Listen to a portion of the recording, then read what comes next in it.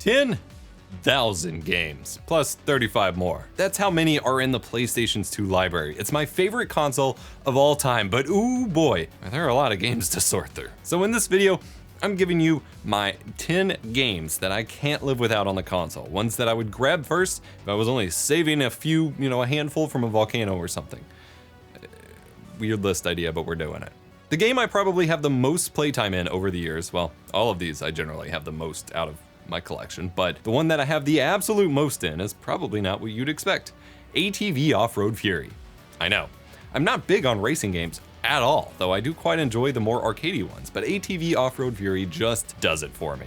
Released in 2001, this game gives you a simple but addictive loop of four-wheeler ATV racing over hills, bumps, sand dunes, and motocross tracks, trying to stay on your bikes and do goofy tricks, while also trying to knock your opponents off their rides. I played this all the time with my dad and sometimes my cousins. It supports up to 4-player split screen with the multi-tap adapter. We would sometimes lug our PS2 and this game on vacations just to play it together. Timing your jumps to get more air time over hills, but not too much that you couldn't recover in time for a turn, was a blast. Simple graphics, super messy 480i output, and a basic concept, but it's executed well. There's like 20-something tracks and a few modes for single and multiplayer play, and 11 authentic ATVs that are mostly just basic primary colors, but hey, it had a perfect soundtrack to 2001 with songs from Soundgarden, Seven Dust, and Alice in Chains. I can't play them on YouTube because reasons. The game was a first-party Sony release developed by Rainbow Studios, who went on to make 3 more of these for the PS2, 1 for the PSP, and a bunch of other ATV and MX games, so do what you do best, I guess. They later got absorbed into THQ and then affected by a bunch of the layoffs and THQ's bankruptcy, but now they're owned by Nordic Games. They rehired a bunch of their former employees, and they apparently have like 41 employees as of June 2019 for ATV games. Sweet! These aren't in any order, by the way, but next up is the game that I have the second most hours in, and that's Gauntlet Dark Legacy. I have always loved the Gauntlet games in the arcade and on my home consoles. I own quite a few at this point, but my first home console version was this one, Dark Legacy. Gauntlet is kind of the OG arcade dungeon crawler hack and slash experience before Diablo was even a thing, and it's from 1985, and also based on the 1983 Dandy from Atari. Dark Legacy is full of nostalgic warp room level selection goodness like many games back then, including Crash Bandicoot. You have 8 realms to conquer, a bajillion gems to collect to progress and to fight the bosses, 8 classes to choose from, and a bunch of unique skins to unlock in-game and with cool, goofy cheat code names that you can enter. Plus, tons of special items to find in each level. All of this is packed into a nice action-adventure puzzle-solving package with up to 4-player co-op, which is really nice for a game this old. You can even throw your co-op buddies around, which is just hilarious, especially when they don't want you to. Despite the fact that I've owned this game for most of my life, I've still never fully 100% completed it. I was terrible about save management growing up. I think it's time we commit to playing it through on stream sometime. Gauntlet had a bunch of other releases, including the 2014 reboot of sorts, which was a lot more soulless feeling, but this one always holds a special place in my heart. Bringing more hacking and slashing goodness, we have God of War 2. God of War is a phenomenal franchise of hack and slash combat, Greek mythology, puzzles, and anger. It's like if Zelda had a stick up his butt and shopped at Hot Topic. If you've never played the original games, you're sorely missing out. Please do so ASAP. While some of the puzzles felt like massive frustrating derailments from the core fun gameplay loop at times, instead of just offering a nice breather to break up all the murder that it's, intended to be, it's still an engaging good time, and there's replay value with collectibles. You got to get it all, and you're not going to get it all in the first playthrough, especially with the different abilities you unlock. I really miss this era of God of War. I haven't finished the 2019 PS4 version yet. I stopped after having some things spoiled for me, but also I just don't jive with the combat anywhere near as much as these older games, even if it is a beautiful game with a good story. I just miss this kind of combat. We don't get much like it anymore. Also, remake Heavenly Sword, please. I don't exactly have a good reason for picking God of War 2 over the first one. They're both phenomenal games, though the sequel definitely iterates well on the first. Hell, if anything, maybe I go with 2 just because I have the 2-disc version with the whole DVD of like behind the scenes bonus footage and developing up, making of stuff that I can enjoy. I have that uploaded on archive.org, linked below. In the theme of violence, Tekken Tag Tournament is a game that I could not live without. My mom didn't want me exposed to the gore of Mortal Kombat, and I had never even really encountered a Street Fighter game anywhere until I was a late teenager, and I still can't get behind the weird arc control system in those games, so I was pretty much left with Tekken and Soul Calibur. My parents loved the Tekken series on PlayStation and PlayStation 2, and Tekken Tag let us do awesome tag team goodness with up to 4 players supported. Kind of, blended what we really liked about wrestling games at the time, tagging people in and out, those kinds of things, with Tekken in a wonderful way. Plus, updated 3D graphics for the new system always just blew my mind. Instead of introducing a big new story again, this was more of a celebratory remix of the franchise, hosting 34 characters from the first 3 games on the original PlayStation, with more than 2,000 total moves and the introduction of tag team combo moves while switching out characters. It really mixed things up for the combat, even if it was just kind of frustrating, just needing one more hit to land on an enemy and then not landing it before they tag out and you gotta start over on the health. The tag mechanic was interesting because unlike other tag games that came out around this time, if any one fighter gets knocked out, the round was over, so you had to be a lot more careful about balancing hit points out rather than just, using one character as a meat shield until they're KO'd. There's hidden characters, secret game modes on top of the usual offerings, and cool cinematics for the characters as well. Strong recommend, though there is the HD remaster on PlayStation 3 along with the sequel if you want to pick that up. A common theme you'll notice throughout this video is that all of the games, except for one, support multiplayer split screen. That's because until I got into online gaming on, like the Xbox 360 and then PC gaming was always a family thing in my house growing up. We had a giant 65 or 70-inch DLP rear projection TV and had to share it, so we mainly played things that we could all grab a controller and join in on if we wanted to. We had multiple multi-taps so we could bring on, other family members or friends whenever we had them over as well.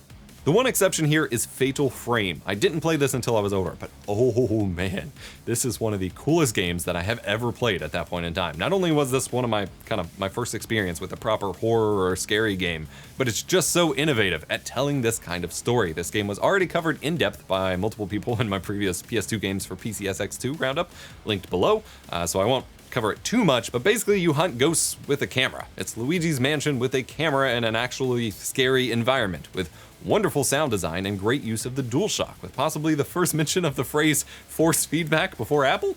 Hey! There's a few of these games in the franchise, including one that was finally made for the ill-fated Wii U that I unfortunately didn't grab on that console, but was later ported to newer consoles and PC. Try them out if you haven't.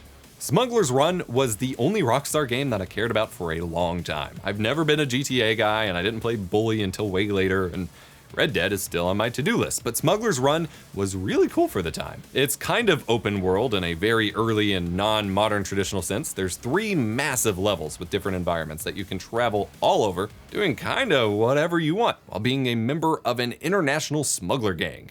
The game blends elements from escort missions, heist modes like you now see in Payday or Battlefield Hardline, combat racing, and general driving and exploration. It's like if Death Stranding and Kane and Lynch had a baby, plus 2-player split screen. So this was just another unique experience that I hadn't really played much of at the time, and I enjoyed with my dad a ton. Again, as someone who doesn't complete games often, it's nice to just jump in and kind of explore the world and take my time with it.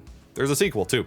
I couldn't make a video like this without mentioning Budokai 3. The Dragon Ball Z Budokai games were not very good from a role-playing perspective until 3. Well, the fighting was decent, but as my wife and I explored in a stream at the start of the year, the overall map exploration and such in Budokai 2 was really bad. And previous Dragon Ball games were just super basic, often terrible 2D fighters. Budokai 3 was the template for what amazing Dragon Ball games needed to be, and innovated in a way and felt so good in a way that no DBZ game did again until Raging Blast 2. The problem with Dragon Ball games, though, is that the sales pitch for them is always the exact same. Follow Goku, Vegeta, and all your favorite Z warriors through the best DBZ sagas, fighting enemies such as Frieza, Cell, and the terrifying Majin Buu. Fight with action-packed moves and recreate the lightning speed of DBZ and fight in the World Tournament. It's a completed anime series. You play through the same seasons in every game, but Budokai 3 did it right.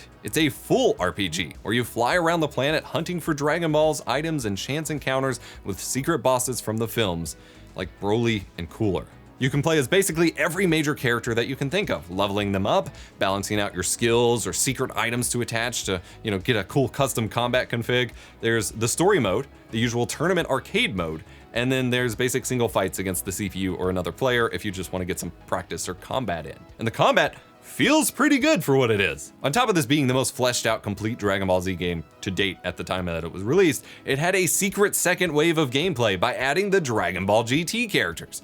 Adult Trunks, Pan, Omega Shenron, Super Saiyan 4 Vegeta and Goku, a whole extra set of content not even from Dragon Ball Z. I know GT is often considered not worth thinking about by many, but I loved it as a kid, and I still have the HD remastered DVD set, and this was the most incredible thing to find out about and unlock as a young DBZ fanboy.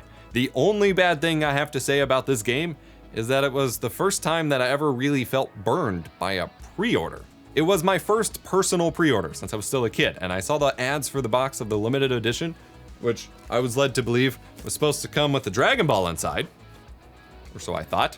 Turns out that there was no Dragon Ball inside, and it's just half of one in the form of some cheap plastic and then a piece of paper behind it. It did come with a cute tiny Broly Chibi figure and an art book and a bonus DVD though, much of which I didn't open until like a decade later because I didn't realize it was in there. I hold this game in an incredibly high regard. It was one of the only games from that period in my life that I 100% completed, or mostly. I probably didn't get all the tiny unlocks, and I hold every new Dragon Ball game in comparison to this one. Number 8 on my list is NBA Street, one of the legendary EA big games. It's a basic basketball game featuring easier to track 3-on-3 street ball play. It has hilarious, memorable commentator lines and lots of unlockable characters and secrets and cheats. It's just good fun, nothing too complicated about it. All right, my last entries in this list I'm actually doing together. They're all basically the same thing.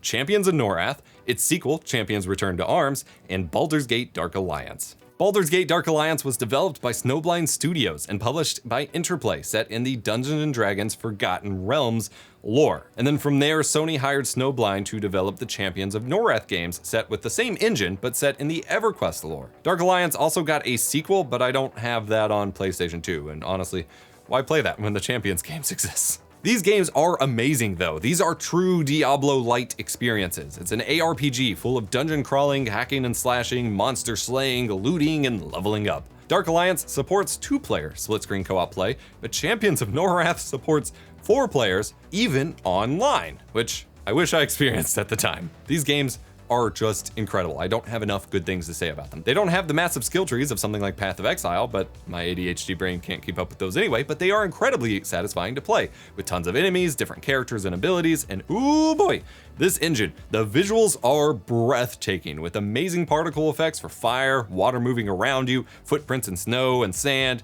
The lighting is expertly crafted in each environment, and the responsiveness of damaging enemies and getting damaged yourself is great. The soundscapes are also really awesome. The music in both games is phenomenal. I do wish I could find a physical copy of the Champions of Norath soundtrack, or even like a complete digital copy, as it's surprisingly hard to get a hold of. It seems like it was only sneakily released in some obscure magazine drop or something. If anyone out there, or if Snowblind, since you're still active now, happens to have a physical copy and wants to sell it to me, hit me up. My only complaint is that sometimes, at least in Dark Alliance, some of the sounds are way overly compressed, and it sounds a little funky in that regard, and the overall mixing isn't great, but playing these games in surround sound is a real treat. So Dark Alliance is a little more on the simplistic side, which is great for me and my ADHD. Keeping up with a ton of items and crazy skill trees is very difficult, especially when I go months in between playing games at a time and don't just keep journals of my progress as I go. But Champions of Norath takes everything great in those Dark Alliance games and cranks it up to 11. Better music, more players at once, more to choose from even. You get 5 races with 5 classes to choose from versus just the 3 characters pre-configured that you get to choose from in Dark Alliance. And Champions lets you customize appearance, naming, all sorts of stuff for your character. There's more than 10,000 randomly generated items with the ability to craft your own. Borderlands, anyone? 45 levels to play through, better camera controls, more magic and weapon combos, more spell types in general. You get pets and you get randomly generated dungeons. Whew. That's a lot of content. But then the Return to Arms sequel takes all of that and adds even more, with 2 more races and 2 more classes and even more levels than in the previous games. You got non-linear side quests now and choose your own ending style story conclusions, champion importing from the first game, and better developed online play. Maybe I should try to get some people together to play that online and see what the lobbies are like. I wonder if the servers or the services are still up somehow, or if it's possible to LAN it with like Xlink Kai or something. Ideas, join us on Discord, discord.gg/eposvox. Let's talk about it. I've said it before and I'll keep saying it. If Snowblind Studios were to just keep making new adventures in this exact same engine, without any real updates overall, I would happily keep buying them. This is my favorite kind of game executed in a wonderful way. I would love like a mod kit, like, you know, we have Pokemon ROM hacking. I'd love a Snowblind Studios ROM hack tool to make my own adventures in it. Also, I have been buying these games, as Snowblind just recently re-released Dark Alliance on PC and Switch and things like that, which is a weird port using a lot of the original Xbox release files on the disc. It's a mixed bag. I should talk about it sometime in its own video, but it's unexpected and amazing to see. And I hear the sequel is coming soon, so I want to do everything I can to encourage and help make possible a PC port of the Champions games happen, especially if they can get online play working through Steam or something. Please, Snowblind, let's talk. Anyway, I know I just rambled a ton, but I would have to grab all three of these games together, as I could not live without them. What games do you have to have for your PlayStation 2? Comment below and check out this video for more game recommendations from my buddies, or this one if you're interested in how the PS2 emulator is doing 20 years later, if you want to play on PC. Remember, be kind, rewind.